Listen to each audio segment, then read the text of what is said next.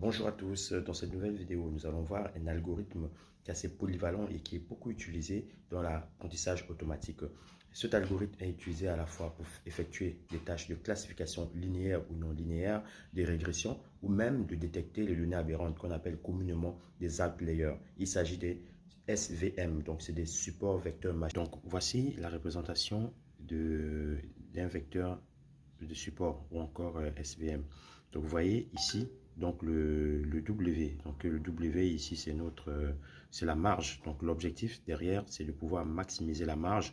Vous voyez que si on maximise la marge, en fait on va réduire l'erreur entre la séparation. Ici on a une classe qui est ici, on a une autre classe qui est ici. Donc le but c'est de pouvoir maximiser le W afin de pouvoir minimiser l'erreur. Vous voyez, donc là ça c'est donc ici on veut minimiser donc le 1 sur la valeur absolue donc de W au carré. Donc on veut maximiser la marge afin de réduire les erreurs.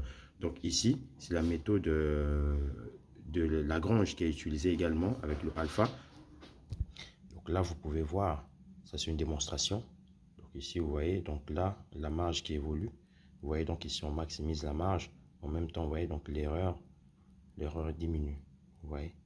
Donc c'est ça le SVM. Le SVM, il a pour but donc de pouvoir maximiser la marge en minimisant les erreurs entre la séparation de deux plans. Donc ici, dans la démonstration, je pense que vous voyez, donc là je maximise ma marge, donc parfois j'arrive à 2,30, 2,40, 2,40, 2,36, etc. Et donc derrière, ce qui se passe, c'est que vous voyez donc l'erreur qui est ici, ben en fait il va pouvoir être minimisé ou maximisé, ça dépend d'où se trouve la marge.